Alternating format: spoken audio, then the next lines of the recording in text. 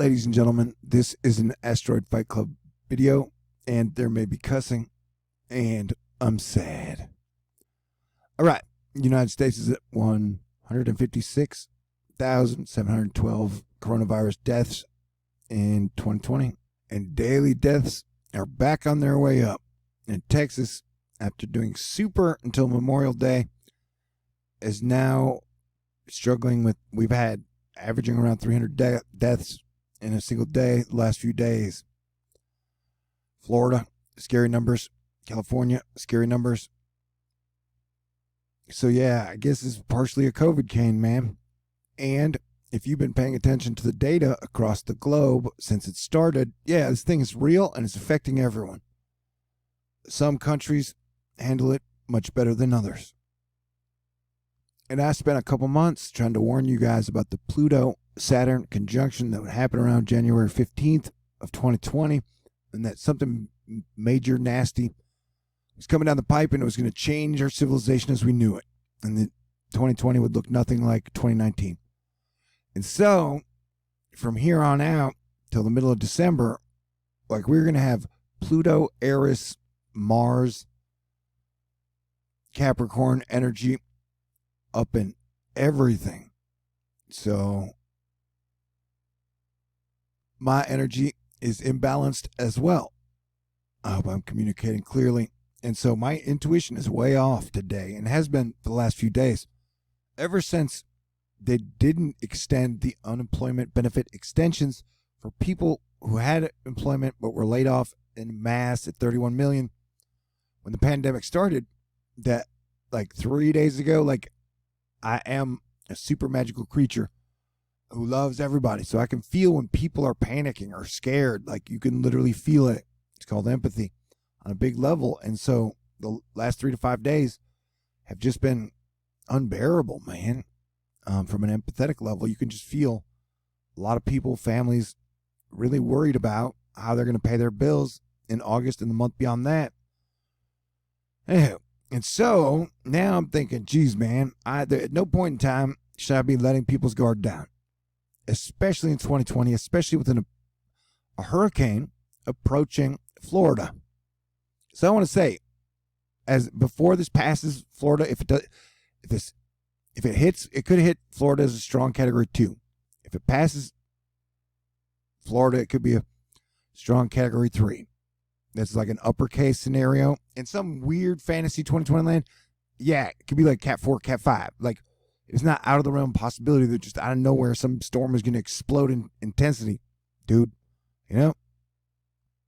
And as the sun sets, a lone thunderstorm tower is highlighted, and the small yet potent convective flare, dry air intrusion, still quite evident as the western semicircle is very shallow. Note south and east, little improvement in that regard. So those two towers there made me go, oh shit, dude. Why did I just downplay this thing in the last video? Trying to tell some jokes when I should be like, hey y'all, it is 2020. This is a hurricane that is approaching very populous area towards Florida that has some of the most unique terrain in the major lower 48s. And so it is now dropped to 985 millibars of pressure. If it makes landfall in Florida, which is like a 60-40 chance, it would have anywhere between 20 to 28 hours to continue to develop. Do you feel me? It is 6 millibars away from a Category 2 hurricane and 20 millibars away from a Category 3 hurricane. And it is not supposed to bombogenesis, but if it were to drop 20 more millibars by the time we got from here to here, you know, that is within the realm of possibility, and we have seen it happen in storms and nor'easters before. And so as Planetary Defense Commander, with an actual hurricane bearing down on one of the most populous places in Florida, it is my job to remind everybody that 2020 is different. And I know that you've been, you know, that everybody needs to stay aware, pay attention, and play defense if they want to. You know, like just like some people have had a COVID parties. If you want to go have a hurricane party where you stand on the beach like Lieutenant Dan, hey, I can't stop you. And that is way cooler than having a COVID party. The eye wall has closed off. I repeat, the eye wall has closed off. So, and I tend to freak out when there's a hurricane coming by Miami, which is weird. I've never been to Miami. I've only been to the Panhandle. Anywho, but so I don't necessarily handle the almost landfalling or landfalling hurricanes that well, about 30 hours out. So bear with me. That looks like an A. That's cool. And I'm having a fundraiser. If you appreciate all the work I do and have done and can afford it, take care of yourself, your friends, your family first. But then if you got something left over for me, I work on like a weird game show reward thing. So now, though, with 31 million people going unemployed, I imagine there's less middle class and lower class poor people cash to go around. I'm a poor person. Anyway, hey, I'm rich. I got electricity and cigarettes. Yeah, dude, so I'm going to be going in and out with my emotions for many reasons. Yeah, as Planetary Defense Commander, to have like 600,000 people die from COVID already, and then over 150,000 Americans, like, that's not what I wanted. We could have done way better. I guess I could have done way better. How exactly, I'm not sure. I'm probably like not talking about women's butts and boobs as much. Frank's weather, looking at the radar. Also, and probably not talking as much shit to other people. That's one of my bad habits. I like to talk. If we get in a scrap, I like to talk shit. It's a weakness, bad habit of mine. Also seems that so I apologize for that. Why don't we all get along? Sounds great. Is now completely wrapped. This may fluctuate, but an impressive accomplishment for a storm that had exposed lower level circulation not even 12 hours ago. So it's like putting itself together as everybody's going to bed. I don't know how people could, especially in Florida. I would definitely be awake until this thing passed through tonight or tomorrow. The Euro brings in closest to land. The Euro actually like smacks Florida right in the face, just above Miami. And so if it was a Cat 3, that would be a big deal. And so 10 o'clock, that is 27 hours from now. So the storm has 27 hours to develop. You know what I'm saying?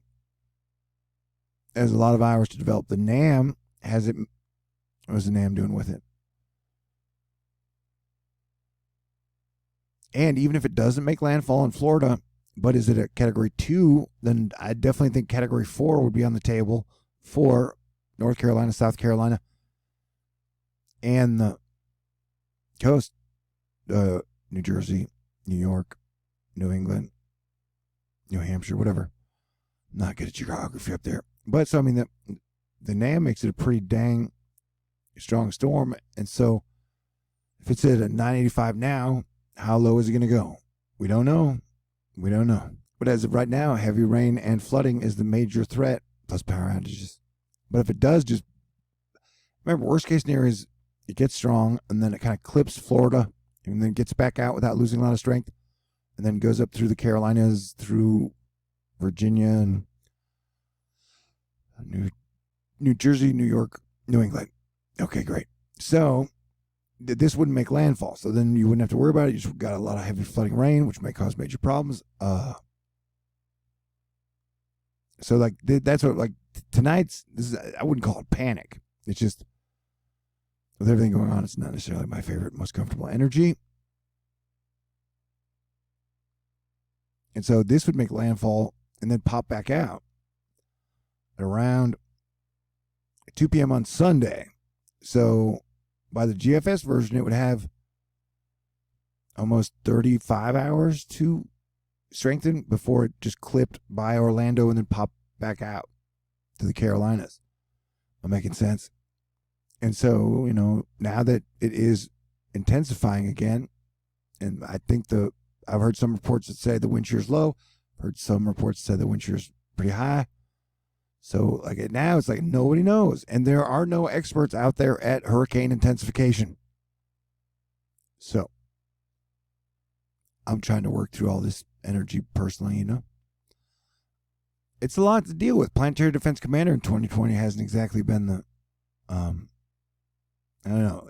I'm not complaining. I'm just saying, whoa, bro. Alicia Bentley letting us know supercells are possible in Northern Virginia tomorrow, according to multiple cams. Definitely something to keep an eye on when you're not too busy looking at Isaias. And there's been quite a bit of West Coast earthquake activity in the last 2 weeks, in my opinion. But yeah, the main point is the eye is back. And so what will happen over the next 27 hours, I don't know. What is it gonna look like when you wake up tomorrow? I don't know. But if it's still got the eye, you know, we could see category 3 for sure. It is within the realm of possibilities. Jack Sillen is taking a few hours off to rest his brain tonight before a long 4 days of tracking and forecasting tomorrow through Tuesday. And I'll be with you guys all through Tuesday as Isaias moves up the East Coast, and hopefully my hackers will stay cool, and I will stay cool, and everybody will stay cool because lives are on the line. This evening's blog outlines my preliminary thoughts on impacts. Check out his blog. Go to the thingy and then click it. For the U.S., while there is understandably lots of focus on exact strength and track of Isaias as it moves towards the East Coast this weekend, remember that by far the biggest threat will be heavy rain and flooding. Rain kills the most people, dude. Flooding kills the most people. Wind blows up everybody's skirt and gets Weather Twitter all like, let's argue about wind values. But I'm trying to save lives, Planetary Defense Commander.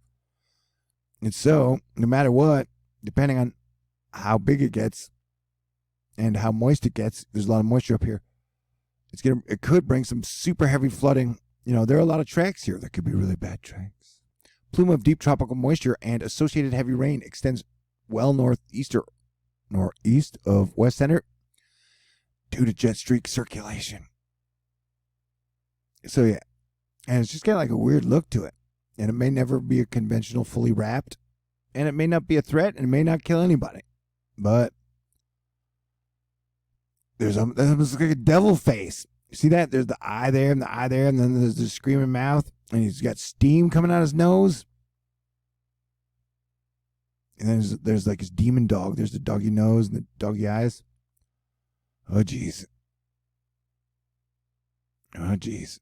Crankster have discussed the 850 millibar forced convergence. While the system is organizing, the high is lifting out of the way, and we lose convergent forcing.